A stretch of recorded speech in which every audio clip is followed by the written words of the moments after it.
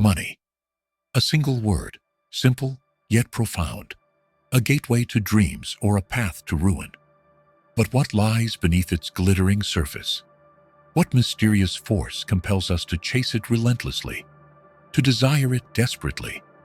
Tonight, we journey deep beneath the surface, beyond mere numbers and bills, to uncover the timeless secrets hidden within money's psychology.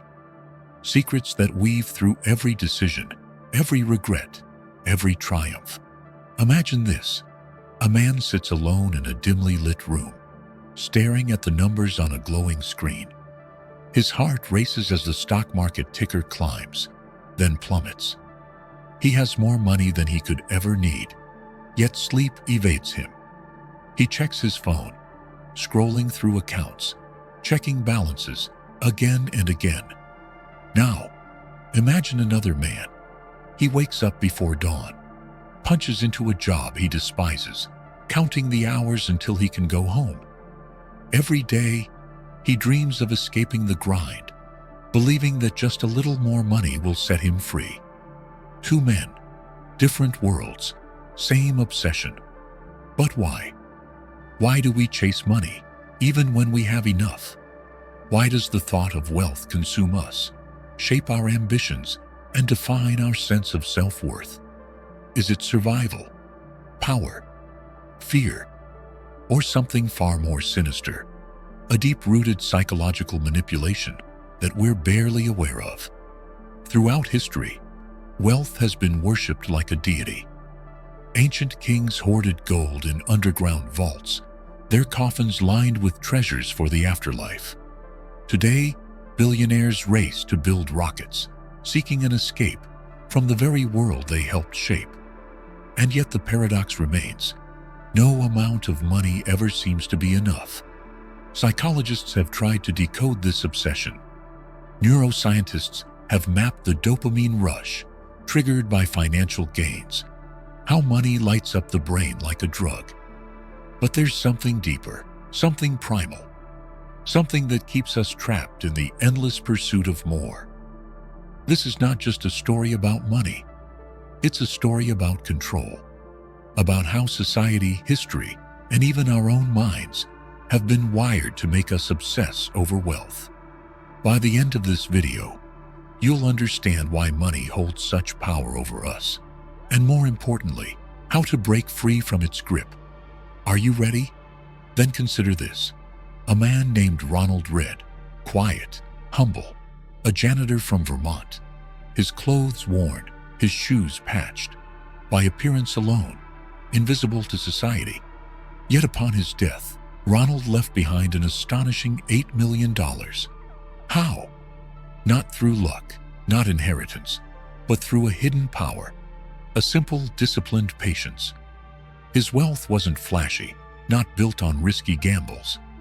Instead, Ronald embodied a principle we all too often overlook: the understated power of compounding patience, a whisper of growth day by day, unnoticed, until suddenly it roars.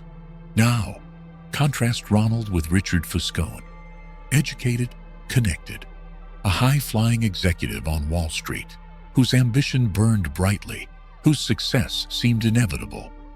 Yet one wrong step, one overly ambitious move, and his financial world shattered. Bankruptcy, two men, two stories, and a single haunting question. What truly separates them? It's not mere intelligence. It's not talent. It's temperament, the emotional fabric woven into each choice we make about money. And that is where the real secret lies. Let's delve deeper. What if money is more than just a means of exchange? What if it is a reflection of our values, our fears, our ambitions? Money is a paradox, a force that both liberates and enslaves, that builds and destroys. It is a silent mirror, revealing who we truly are when we believe no one is watching. The Stoics taught that wealth itself is neither good nor bad. It is our attachment to it that creates suffering. Seneca, one of the wealthiest men of his time, lived simply, practicing voluntary poverty to remind himself, True security does not come from wealth, but from being prepared to lose it all. Now, contrast that with the modern world. We measure success in net worth, status symbols, material possessions. We chase wealth not for what it can do, but for what it represents: power, respect, control. But tell me, how much is enough? Would $1 million silence your worries? 10 million? 100? Or would the hunger only grow? The philosopher Diogenes, who lived in a burrow, had no money, but he was richer in spirit than most kings. He laughed at Alexander the Great, rejecting power, rejecting wealth, choosing freedom instead. Are we richer than Diogenes, or simply more burdened? Consider the story of Jesse Livermore, a legendary trader, a millionaire by 30, bankrupt by 40. Again wealthy, again ruined. His success was fleeting, his failures devastating. Each cycle of boom and bust chipped away at him, until ultimately, despair took hold completely. Livermore's story teaches us a powerful, haunting truth. Success in money is not about how smart you are, but how well you master your emotions. The market doesn't care about your fears, your dreams, your regrets. It merely reflects the emotional tides of millions, each as conflicted and hopeful as you. Yet, in mastering these emotions lies true wealth, not mere money, but peace. Money isn't just a currency, it's a drug. Every time we earn, save, or even anticipate receiving money, our brain releases dopamine, the same chemical responsible for addiction. It's the high of financial gain, the rush of possibility, the thrill of what could be. But what happens when the high wears off? We crave more. This is not a coincidence. The financial system, built on capitalism, consumerism, and status, thrives on keeping us hooked. The game was designed for you to play endlessly, never feeling satisfied, always reaching for more. Imagine a gambler at a casino. The slot machine spins, lights flash, the wheels stop, nothing. They try again, nothing. Then suddenly, a win. The brain lights up, dopamine floods the system. The gambler smiles. But here's the trick. The biggest dopamine rush doesn't come from winning. It comes from almost winning, the feeling of being close. It's why they keep playing. Now, replace the casino with money itself. You get a pay raise. You feel good. A business deal goes through, exhilarating. You check your bank balance, seeing growth. It's satisfying. But that satisfaction is temporary. The brain adapts. The goalpost moves further. The moment you reach one milestone, the next level appears. Suddenly, what once felt like a lot is no longer enough. This is why people who make $50,000 a year dream of making $100,000. But when they reach $100,000, they set their sights on $500,000. It never stops. Loss aversion. Why we fear losing money more than we love gaining it. Now consider this. If I gave you $1,000, you'd feel happy. But if I took away $1,000, you'd feel twice as bad, as you felt good when you received it. Why? Because the brain experiences loss more intensely than gain.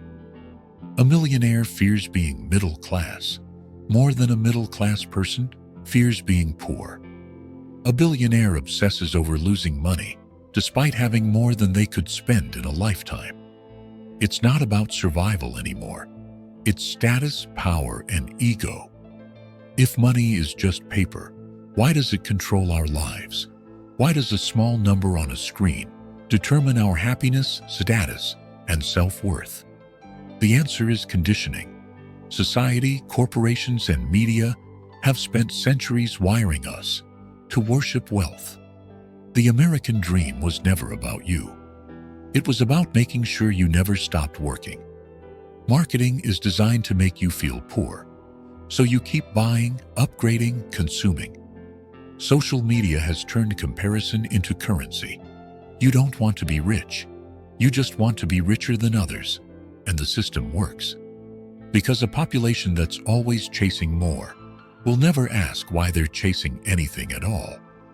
Seneca, the Greek philosopher, warned, "It is not the man who has too little, but the man who craves more that is poor." Seneca knew that money doesn't bring peace. It brings more anxiety. Because the more you own, the more you fear losing it. Buddha taught that attachment to wealth is suffering. The moment you define yourself by money, you become a prisoner to it.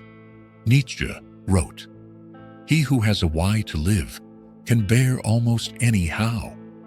He argued that wealth is a distraction, keeping people too busy chasing it to question who controls the system itself. To escape, you don't need more money. You need less dependence on it. Financial security isn't how much you earn. It's how much you need. Freedom isn't millions in the bank. It's having control over your time. Minimalism isn't living with nothing. It's living free from unnecessary desires. Because in the end, the richest man is not the one who has the most, but the one who needs the least. Consider Warren Buffett, the oracle himself. We admire his wealth, but the real secret of his success, Buffett is not the richest because he took the biggest risks. He's the richest because he understood the game. He played the long hand, while others chased the fleeting thrill of the short term. True wealth is silent, quiet. It moves softly through life, unseen, until we finally grasp its nature. And what of happiness? Wealth alone won't buy it, yet poverty can steal it. Happiness is a subtle dance between desires fulfilled and desires managed. It is understanding that enough is not weakness, it is wisdom. And yet, many continue the relentless chase. What are they really searching for? Every coin holds a mirror. So ask yourself, what do you truly value? Is it the feeling of freedom, security, love? Or is it merely the thrill of accumulation, a chase with no finish line? Be wary. That chase has claimed many souls. Remember Ronald Reid. Remember Richard Foscone. Both played the game of money. One mastered it, the other let it master him. Every coin is a choice, every dollar a test. Will you master your emotions or let them master you? The choice, as always, is yours. Now, you have a choice. Will you keep chasing wealth, never satisfied? Or will you redefine what wealth truly means, choosing freedom over financial obsession? Because in the end, money is just a number.